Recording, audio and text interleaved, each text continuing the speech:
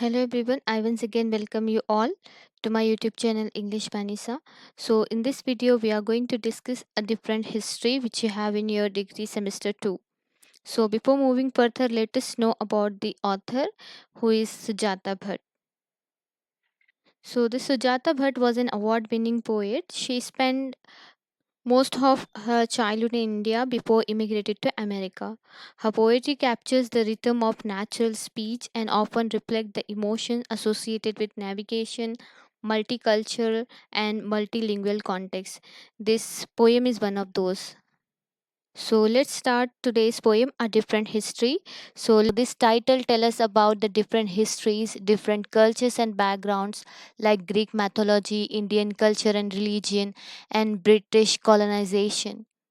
So here you can see all the different history in this poem. That's why the title is A Different History. So now students, let's know about this poem, A Different History. So this poem, A Different History, was published in 1988 in her debut collection Brunism. This poem has 29 lines, which is divided into two stanzas. First stanza contains 18 lines and second stanza contains 11 lines. She received the Commonwealth Poetry Prize for her first collection Brunism in 1987. So this A Different History is one of the best known poem by Sujata Bhatt, published in her debut collection, just now I said, Brunism in 1988. Main theme of this poem is nature is worship and knowledge is regarded as divine in India. So, through this poem, she wanted to tell us that when a foreign language imposed on us, means impose on Indians, force on Indians, then how it destroy or damage our culture, means Indians' culture, tradition, and language, and how it affects us overall. So here she talks about English language, which is in colonial period imposed on us. So here she shared when she was a child, it was very difficult for her to learn this English language. And also she said that a foreign language not only change their mother tongue but also their cultures, mean Indians culture, its religion, and also affect their daily life. So through this poem she expresses her suffering which she faces during her childhood, and here she feels very sad that why still we are following, means Indians are following their language, means Britishers language, who once rule on us. So why it is still surviving in India. So by keeping these all things in mind, she wrote this poem, but the main theme is she wanted to show us that nature is worshipped in India and knowledge is regarded as divine. Let's start our poem. As I told you, we have two stanzas in this poem. So let's start the first stanza. Great Pan. Now here the poem begins with the reference of the Greek god who is Pan. So this Pan is the Greek god of nature according to the Greek mythology. So this Pan is the only god who died. So here according to Greek mythology, Pan is considered as one of the oldest god, and he did not have the appearance of normal man, but he appeared, means on its head, and bottom half of his body was like a goat. So here Sujata Bhatt said Greek Pan is not dead, he simply emigrated to India. Means this Greek god is still alive and he immigrated to India for his betterment. So here the hidden meaning behind this line Great Pan is not dead, simply immigrated to India, means the after colonization and globalization, India opened its door for everyone and it warmly welcomed every culture and people. And also in nature in India has several in charges, means devtas god according to Hindu mythology. So this great Pan moved to or immigrated to India for his betterment. See the further lines. Here the gods roam freely disguised as snake or monkeys. Every tree is sacred. So here in India, according to Hindu mythology, gods roam freely by changing their appearance either in the form of snake or monkeys.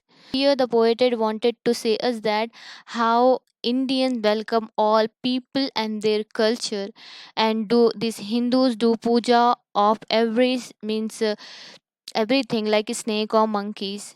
We can see here Hindus history and culture, even a tree is worshipped here. And it is a sin to be rude to a book. It is a sin to shove a book aside with your foot. A sin to slam books down hard on the table. So here in India, she is saying that it is a sin to disrespect towards the books because it is also made by the tree to which they worship. And it is a sin to shove a book aside means to kick a book aside with your foot. And also a sin to slam books down means put your books on the table or down. A sin to toss one carelessly across a room. And it is also a sin to leave the books carelessly in our room. You must learn how to turn the pages gently without disturbing Saraswati, without offending the tree from whose wood the paper was made.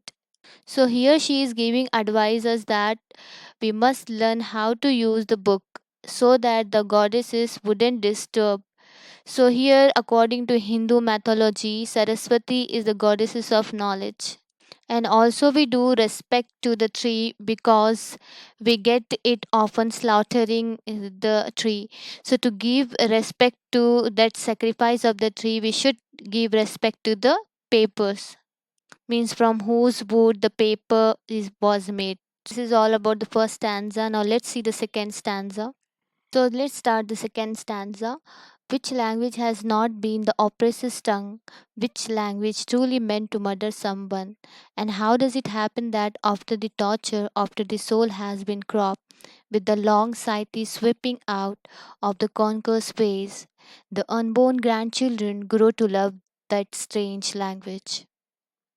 So, here in the second stanza, the poetess shows the British colonization in India, how the Indian culture damaged by invasion of other cultures and language. So, here the poetess used the language of colonizers as a weapon, that is English.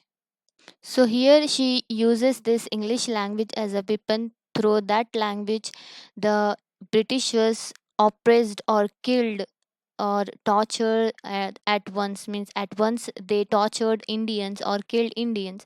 Later the people, means Indian, demanded this language because now it's a language of survival.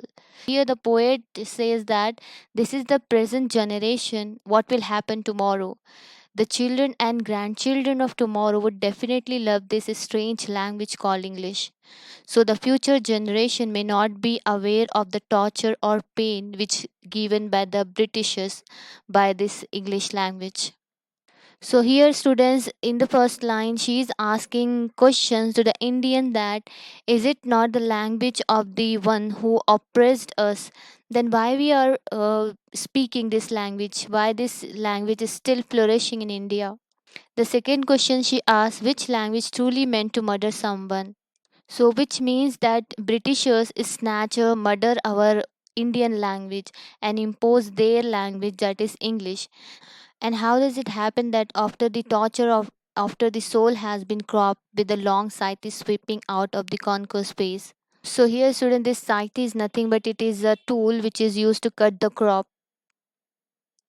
and the sweeping is nothing but attacking on someone or cut something. So here she is saying that after all this happened, how does it happen? We are still following this language. Still, this language is flourishing in India. So here she is personifying India to a person and saying why British means British's language flourishing in India as they cut or damage our culture with injustice, means this one scythe and sweeping these are the tools. So here she is giving personification of injustice by taking these tools and saying why it is still flourishing in India.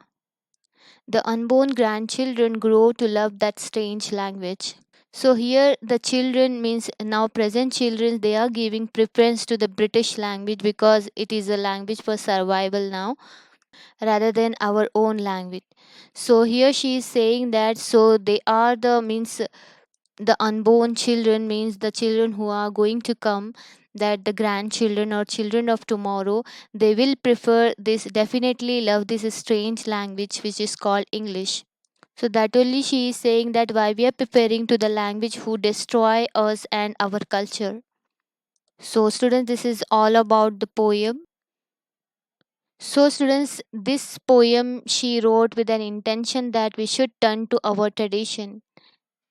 In the first stanza, she shows how our behavior towards the book that represent our culture and how we should treat books. And in the second stanza, here she becomes very aggressive and wanted to make us aware of the colonial period when they detach us from our culture and language and they impose or force their lifestyle and their culture and their language on us. This is all about a different history poem. I hope it would be helpful for you. Thanks for watching and stay tuned for more videos.